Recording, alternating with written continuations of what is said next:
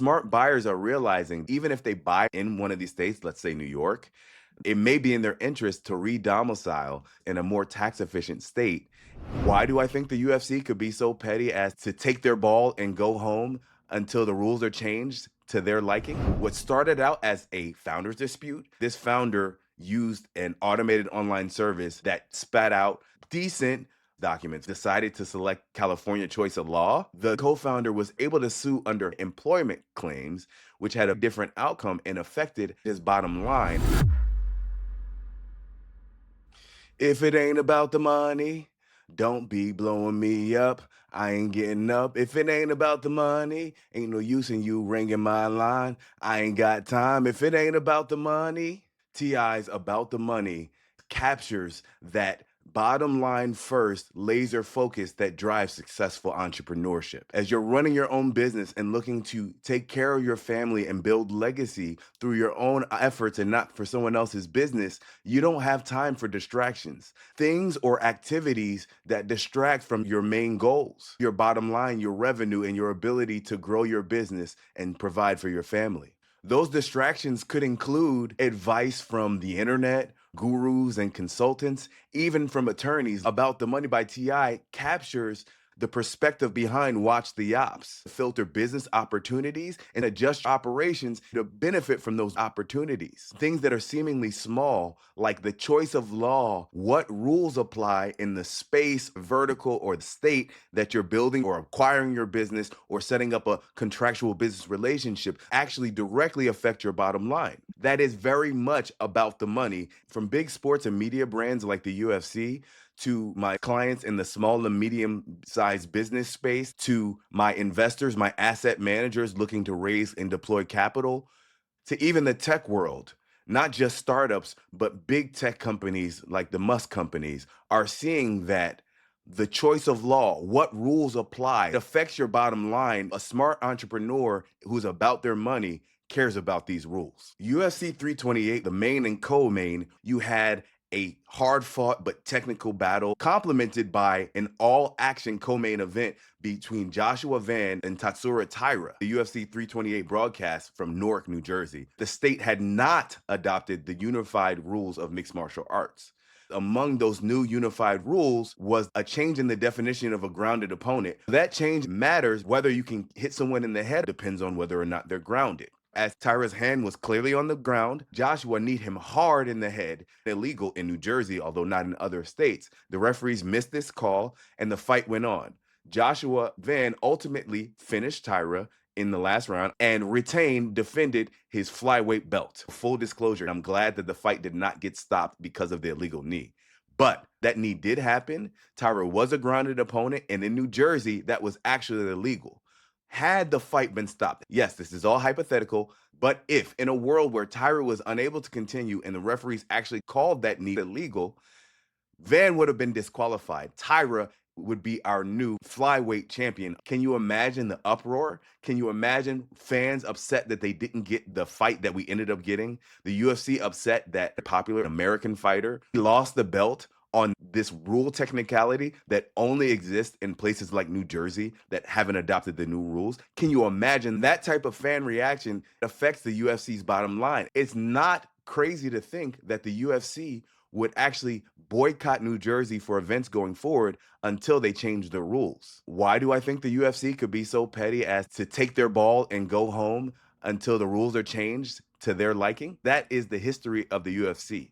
That's how they've built this business. They've been very strategic about forum shopping, selecting jurisdictions that allow them to operate their business the way they want to and in the most profitable way.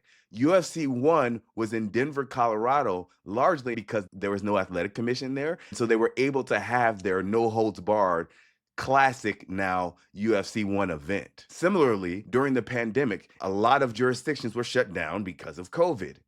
The UFC specifically chose Florida to hold events because Florida was open.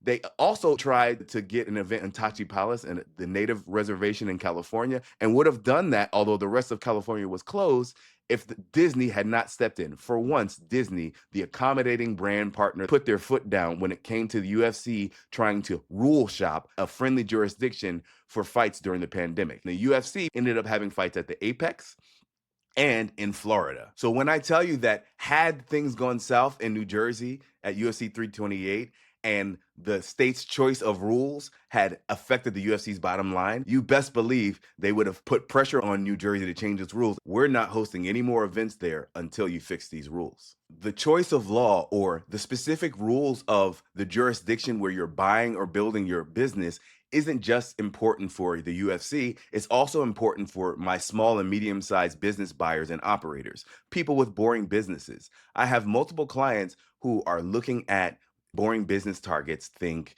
insurance brokerages and home services and staffing agencies and accounting firms, professional services all over, including highly regulated, highly taxed states like California and New York.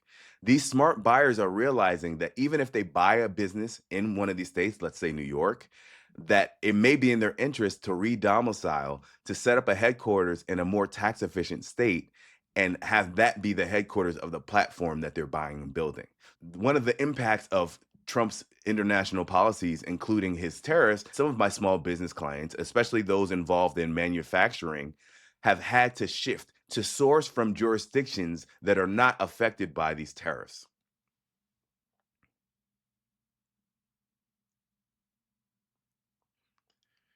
Where you choose to build or buy matters in the investment management context as well.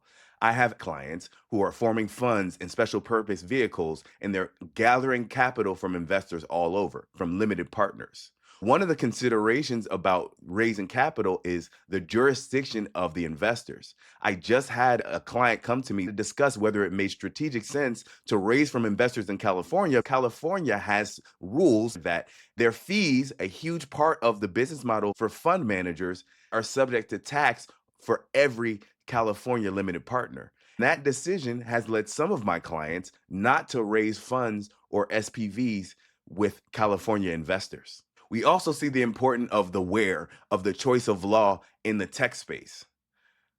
Numerous big tech companies that were in the traditional jurisdiction for corporate law, Delaware, and there are reasons for that that we'll talk about elsewhere, or that were based in California because of Silicon Valley and its tech ecosystem. Many of those big tech companies are now re-domiciling in Texas due to adverse decisions that were not business friendly in Delaware, as well as over regulations in California. Some big examples include Tesla, Coinbase, and also Dell. Cadet Legal also has clients building in the blockchain space that are choosing Wyoming over Delaware for similar reasons, where the rule set in Wyoming is starting to be more conducive to the bottom line than the compliance burden of Delaware. How do you care about the choice of law and how it affects your bottom line in practice? In all the examples, we're talking about businesses making strategic decisions to go in one place or another, and that's part of it. Where you form your startup, where you buy your business, it matters.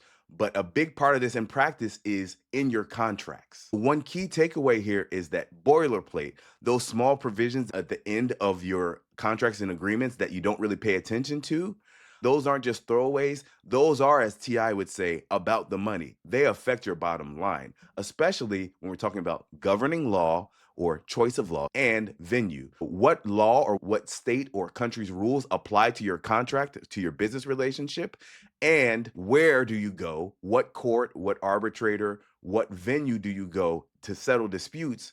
These are all in the boilerplate of your contracts, whether it's a small business contract, a purchase agreement, or a commercial contract. This is one of the reasons that although you yourself or AI can generate contracts, provisions you need, including boilerplate like choice of law, it's not enough to just have provisions that mechanically work.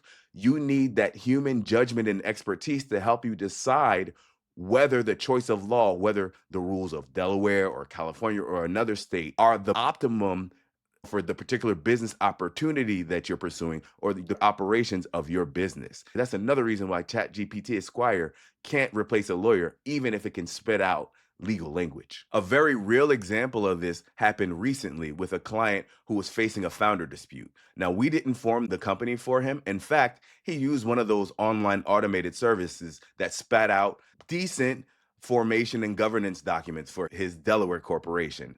They selected California as the choice of law in all of their agreements. What started out as a founder's dispute, because this founder used an automated online service that generated a Delaware corporation but decided to select California choice of law, the departing co founder was able to sue under California employment claims, which had a very different outcome and affected how we negotiated and resolved this dispute for this client. It was a very real example of how the boilerplate, the choice of law, affected his bottom line, ultimately, the amount of the settlement in this negotiation.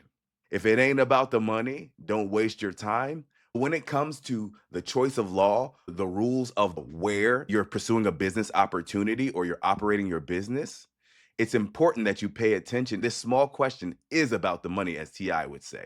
When you're faced with unfavorable rules that are affecting your money, you have a choice. You can either adjust to accommodate those rules, or you can move to a different jurisdiction, the same way that the Musk companies are doing, the same way that some of my business buying clients are doing, where they're buying a business in one place and then for the larger enterprise, they're headquartering somewhere else. If the rules change, adjust to those rules or pick a different context, a different venue so that the rules favor you. That's how you watch the ops.